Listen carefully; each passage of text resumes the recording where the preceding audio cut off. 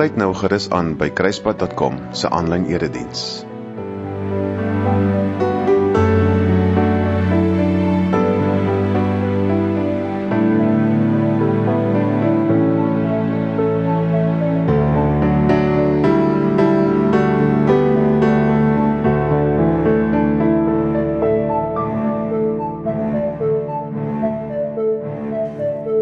Goeiedag en baie welkom by Kruispad 24/7 se erediens. Genade en vrede vir jou van God ons Vader. Ons is vandag aan die einde van ons besonderse reis. Vir weke lank het ons gestap saam met die Heilige Gees. Ons het gevra, wie is die Heilige Gees? Wat doen die Heilige Gees? Hoe praat hy? Hoe verander hy ons identiteit? Daarna het ons gekyk na die eerste 6 dele van die vrug van die Gees. Liefde, vreugde, vrede, geduld, vriendelikheid en Renata het geëindig met goedheid. Maar eintlik was al hierdie boodskappe op pad na vandag toe. Want die vraag is nie net of die Heilige Gees in jou woon nie. Die vraag is, kan mense hierdie inwonende Heilige Gees van jou raak sien? Wanneer die Gees in 'n mens werk, gebeur daar iets. Daar groei vrugte, daar kom verandering. Die manier waarop jy dink, waarop jy praat, reageer en leef, begin anders lyk. En tog is daar 'n probleem. Baie van ons weet presies wat reg is. Ons weet hoe behoort 'n kind van God te leef. Maar tussen die weet en die doen lê daar 'n groot kloof. Ons beloof vir onsself, ons gaan anders reageer. Ons gaan meer geduldig wees. Ons gaan nie weer ons meer verloor nie. Ons gaan nie weer dieselfde fout maak nie. En dan gebeur dit weer. En dis juist hier waar die laaste 3 dele van die vrug van die Gees inkom. By getrouheid, sagmoedigheid en die moeilike een selfbeheersing. Hierdie 3 vrugte wys wat gebeur wanneer die Heilige Gees nie net jou verhouding met God verander nie. Nie net jou verhouding met ander mense verander nie, maar jou karakter van binne af, hier binne begin verander. So kom ons raak rustig en kom ons stel onsself in om die woord van God te kan hoor soos Adel het vir ons lees.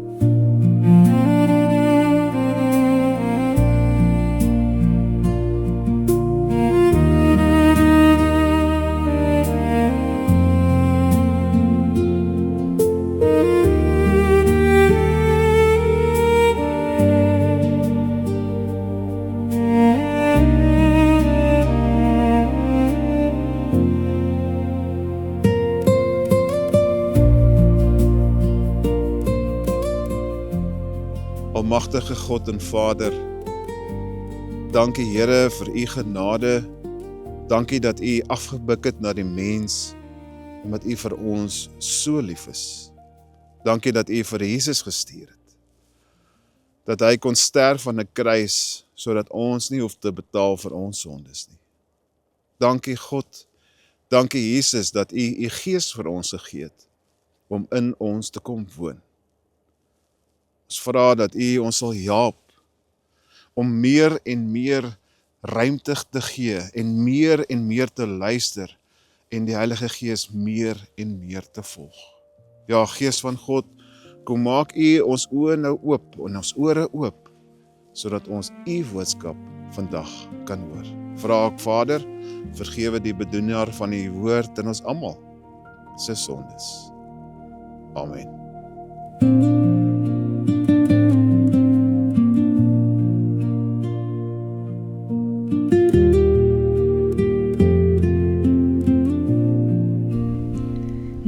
is soos 'n boom wat 'n baie goeie vrug oplewer. Wys hierdie mense se lewe dat hulle aan God behoort. Sulke mense gee baie om vir ander. Hulle lewe is vol vreugde. Die vrede wat van God afkom, ken en ervaar hulle. Hulle verdra ander mense sonder om ooit lelik met hulle te wees. Hulle straal vriendelikheid en warmte uit. Daarom wil ander graag in hulle teenwoordigheid wees.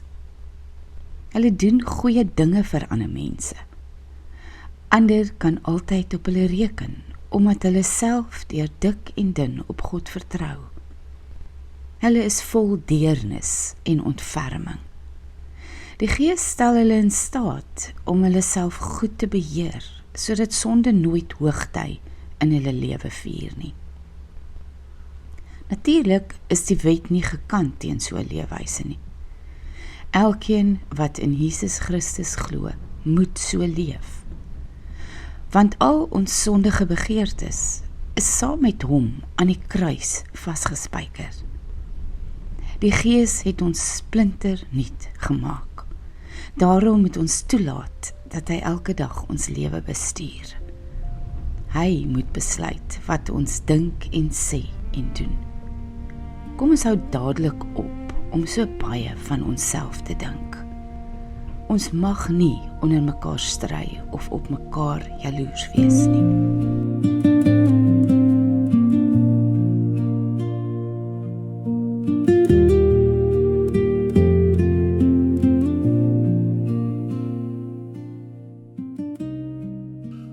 Onthou jy die indeling van die eerste preek waar ons daaroor gepraat het, waar David Pawson vir ons verduidelik het, dat die eerste 3 gawes is opwaarts. Jou verhouding met God is liefde, dis vreugde en dis vrede. En hierdie 3 beskryf wat in jou hart gebeur wanneer jy reg leef met God. Jy beleef sy liefde. Jy vind jou vreugde in hom en rus in sy vrede.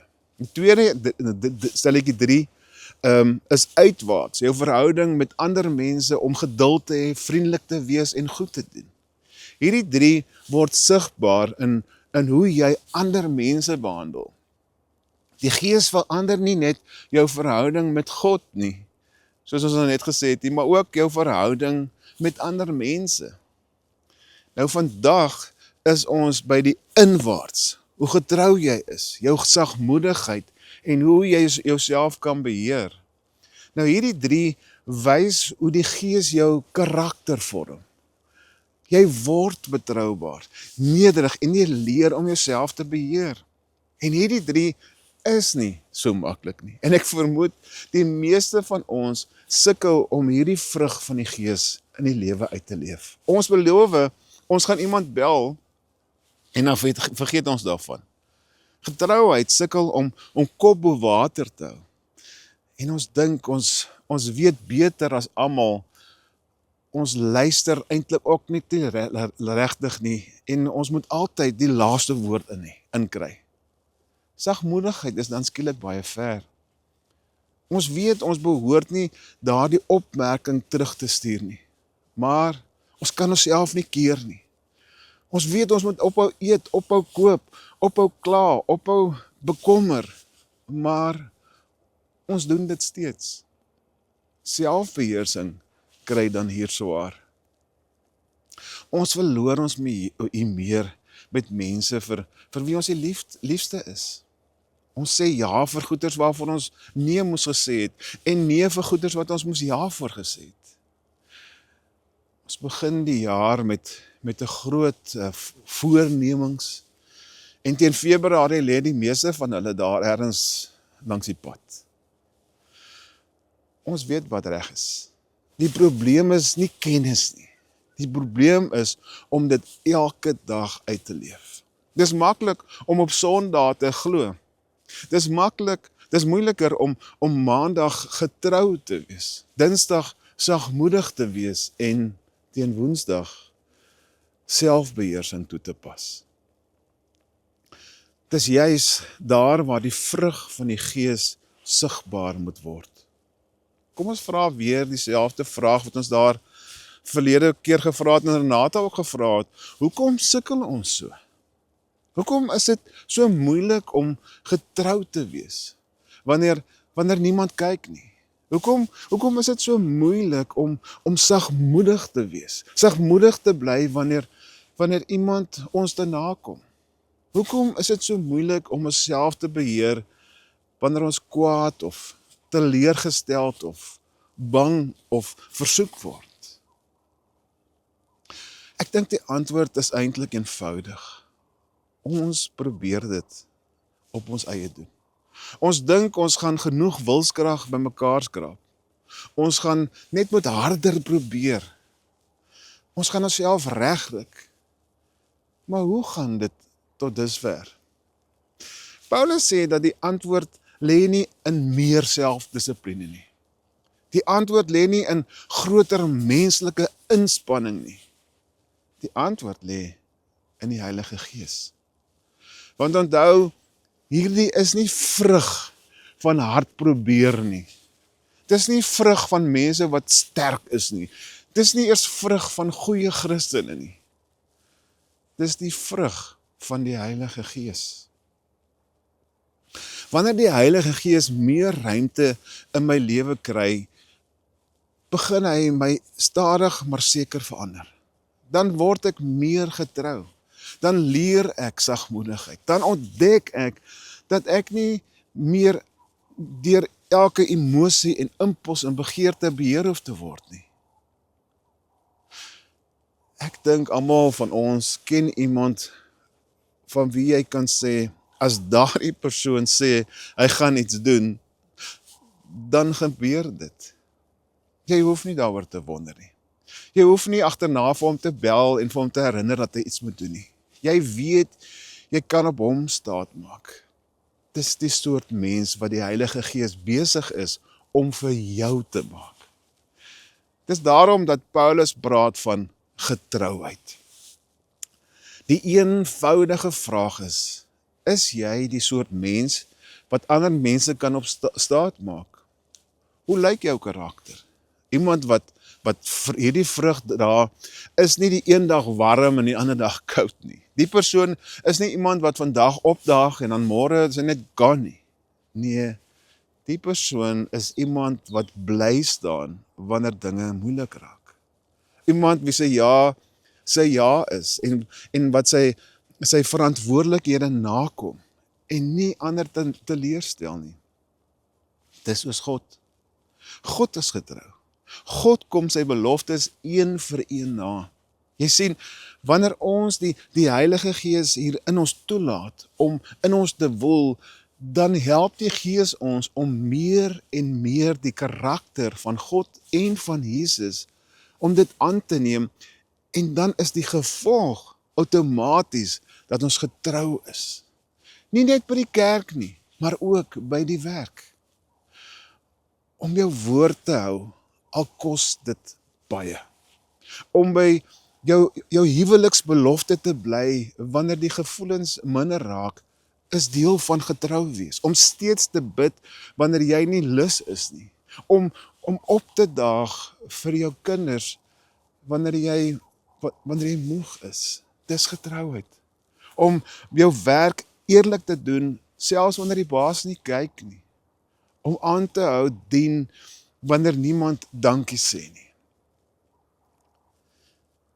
Die goed kom daarom baie naby hier aan 'n mens se lyf nou. Getrouheid is om oor 'n lang tyd in dieselfde rigting te bly loop. Ja, nie altyd perfek nie. Daar gaan foute gemaak word, maar getrou soos God self gelei deur die Heilige Gees. Dit is wat ons moet saam doen. Getrouheid is 'n wonderlike eienskap, maar daar's 'n gevaar.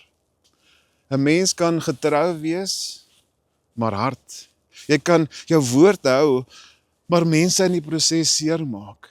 Jy kan reg wees, maar sonder genade. Jy kan sterk wees, maar ongenaakbaar. Daarom stop die Heilige Gees nie by getrouheid nie.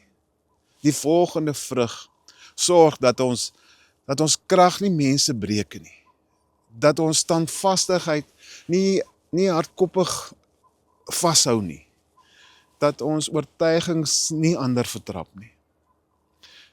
Paulus noem hierdie vrug sagmoedigheid. En dadelik moet 'n mens hier dink dat jy moet sag wees en eintlik is alright as die wêreld jy 'n bietjie rondstamp. Nee, dis nie wat sagmoedigheid beteken nie. Nou wat baie interessant is as 'n mens gaan kyk na hierdie Griekse woord, is dat die Grieke het hierdie woord gebruik waar hulle gesê het wanneer hulle wilde perdemak gemaak het. Nou die perd het nie sy krag verloor nie, hy het net geleer om sy krag onder beheer te kry en reg te gebruik. Soos die een ou slim ou gesê het, strength under control. Strength under control. Hier is nie plek om te gaan lê dat 'n ander ou jou skop nie. Hier laat jy nie toe dat ander jou misbruik nie. Nee, sagmoedigheid is gentleness towards others. Wanneer hierdie vrug sigbaar is, dan staan die eie ek nie op in verhoudings nie. Dan is dit maklik om die minste te wees en nie aggressief nie. Nou die beste voorbeeld van sagmoedigheid is Jesus. Dit is soos hy vir homself voorstel daar in Matteus 11 vers 29 waar hy gesê het, ek is die sagmoedige en die nederige van hart. En dis vir my so amazing. Die een wat alle mag het, wat van die hemel en die aarde, hy beskryf homself as ek is sagmoedig. Sagmoedigheid, moet ons onthou, is nie om stil te bly wanneer jy moet praat nie. Dis nie om bang te wees vir konflik nie. Sagmoedigheid is om waarheid in liefde te praat, om sterk te wees sonder om hard te wees, om mag te hê sonder om dit te misbruik, om kalm te bly wanneer jy die vermoë het om terug te slaan. Ons leef hierdie vrug van sagmoedigheid uit wanneer ons nie ons kind verneder wanneer hy 'n fout maak nie. Wanneer jou werknemer, of jy sal nooit jou werknemer afkraak vir ander mense nie. Jy is sagmoedig wanneer jy nie elke argument probeer wen nie. Of op sosiale media nie terugkap wanneer iemand jou aanval nie. Sagmoedigheid is om rustig te reageer wanneer iemand onredelik is. Sagmoedigheid is nie 'n swakheid nie. Dis eintlik 'n krag wat besluit om liefdevol te wees. Dis die vermoë om om nie terug te slaan nie, maar te kies om genadig te wees. En dit alles is die karakter van Jesus wat die Heilige Gees in ons sigbaar maak. En dan bring dit ons nou by die laaste vrug van die Gees, die moeilike een, selfbeheersing. Wat eintlik die gawe so eintlik met 'n bang na 'n klimaks te vat. Nou die Griekse woord sê hier ook so mooi dat selfbeheersing is eintlik om mag oor jouself te hê of 'n meester van jouself te wees. Dit is die vermoë om elke begeerte en impuls en passie onder beheer te bring. Jy word nie regeer deur jou humeur nie. En dit is so moeilik want soms stoot hier ons nou net so 'n klomp goed hier van onder af op en dan kom dit hier uit met 'n klomp emosies en dit glip hier by jou mond uit. Dis die vermoë om jou tong te beheer. Ook die vermoë om jou lus te beheer en seker te maak dat jou emosies en alles onder beheer is. En ek weet die meeste van ons duik hier in die hek, want in die rede hiervoor gee Paulus vir ons.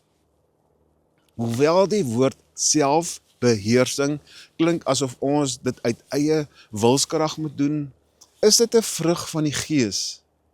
Nie 'n vrug, soos al gesê het, van my en jou nie.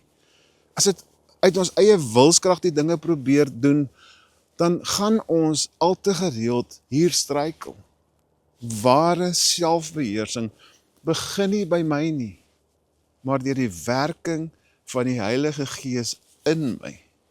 En hoe ironies is dit nie, dat jy jouself eers kan beheer wanneer jy jouself aan die Gees onderwerp. Hoe meer die Gees beheer kry oor jou, hoe meer kry jy oor jouself beheer. So wat beteken dit in die praktyk? Luister mooi oor watter een van die volgende die Heilige Gees nou op jou hart plaas, waar jy dalk 'n bietjie saam met hom moet werk. Selfbeheersing is om nie alles wat jy dink te sê nie, om nie op elke WhatsApp boodskap met woede te reageer nie, om nie terug te skree wanneer iemand op jou skree nie, om nie nog iets te koop nie, net omdat jy lus is om te koop nie. Selfbeheersing is om nie toe te gee aan elke versoeking wat oor jou pad kom nie. Om jou bekommernisse is selfbeheersing, nie die hele dag hier in jou gedagtes te laat oorheers nie. Om jou hier meer te beheer voordat jy hier net die alles laat uitborrel. Selfbeheersing beteken nie dat ek sterk genoeg geword het om myself reg te ruk nie. Dit beteken dat die Heilige Gees my so verander het, dat ek nie meer op elke emosie en impuls en begeerte reageer nie. Ek leef nie meer onder die beheer van my eie vlees nie, maar onder die leiding van die Gees. Getrouheid maak jou iemand op wie mense kan staatmaak. Sagmoedigheid maak jou iemand by wie mense veilig voel. En selfbeheersing maak jou iemand wat nie deur jou emosies en jou begeertes beheer word nie, maar deur die Heilige Gees. Heer, ek weet wat reg is om te doen, maar ek loop nog so maklik verkeerd. Ek beloof ek sal beter wees, en dan struikel ek alweer. Ek wil getrou wees elke dag, maar soms raak ek moeg en gee op. Ek wil naby aan U bly leef, maar my hart dwaal so maklik weg. Heilige Gees, help my vandag, want ek kan dit nie alleen reg kry nie. ek het U nodig, Elke tree, meer as wat ek ooit wil erken. maak my getrou, waar ek swak is, Maak my sag waar ek hard geword het. leer my om stil te word voor U, En my lewe in U hande te los. ek wil nie altyd die laaste woord hê nie, Ek wil nie altyd reg probeer wees nie, maar trots staan op sonder dat ek vra. en dan verloor ek weer die stryd. Ek wil nie elke Emosie volg nie elke vrees of elke storm nie, maar soms voel dit asof ek vergeet, dat U reeds hier by my is. Heilige Gees, Help my vandag, want ek kan dit nie alleen reg kry nie. ek het U nodig, Elke tree, meer as wat ek ooit wil erken. maak my getrou, Waar ek swak is, maak my sag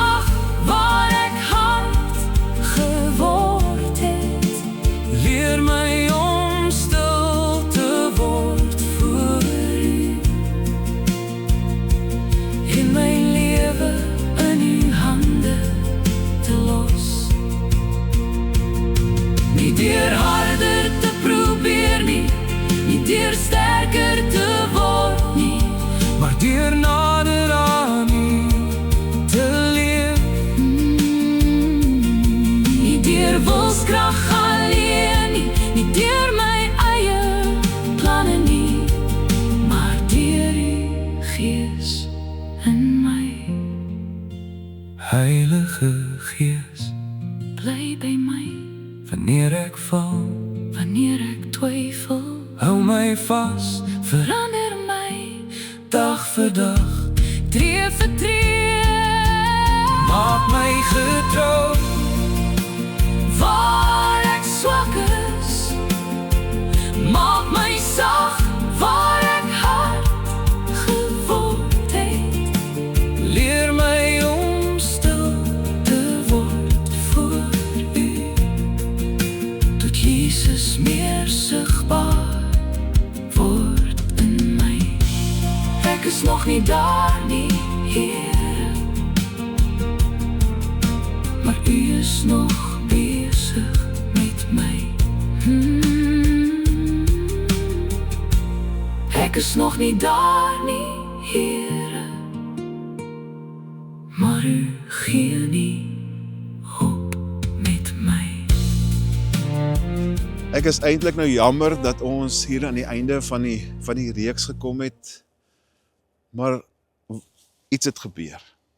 Ons is eintlik nog nie aan die einde van die reeks nie. Kan jy dit nou glo?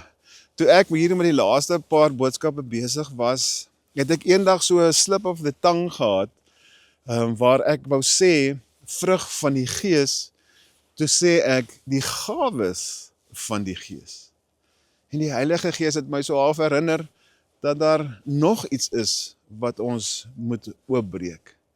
So volgende week gaan ons 'n paar keer stil staan, by die Heilige Gees in my, die gawes van die Gees. Ek sien so uit daarna, en ek hoop jy kan die pad verder saam met my stap.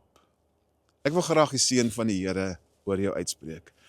Mag die genade van God, en die liefde van Jesus, en die leiding van die Gees by jou wees, waar sy vrugte al hoe meer in jou lewe 'n waarheid word. Amen. Heilige Gees, Bly by my wanneer ek val, wanneer ek twyfel. hou my vas, Verander my dag vir dag, tree vir tree. maak my getrou, Waar ek swak is, maak my sag. Waar ek hard geword het, leer my om stil te word voor U, tot Jesus meer sigbaar word in my. Ek is nog nie daar nie, Here, maar U is nog bezig met my. Ek is nog nie daar nie, Here, maar U gee nie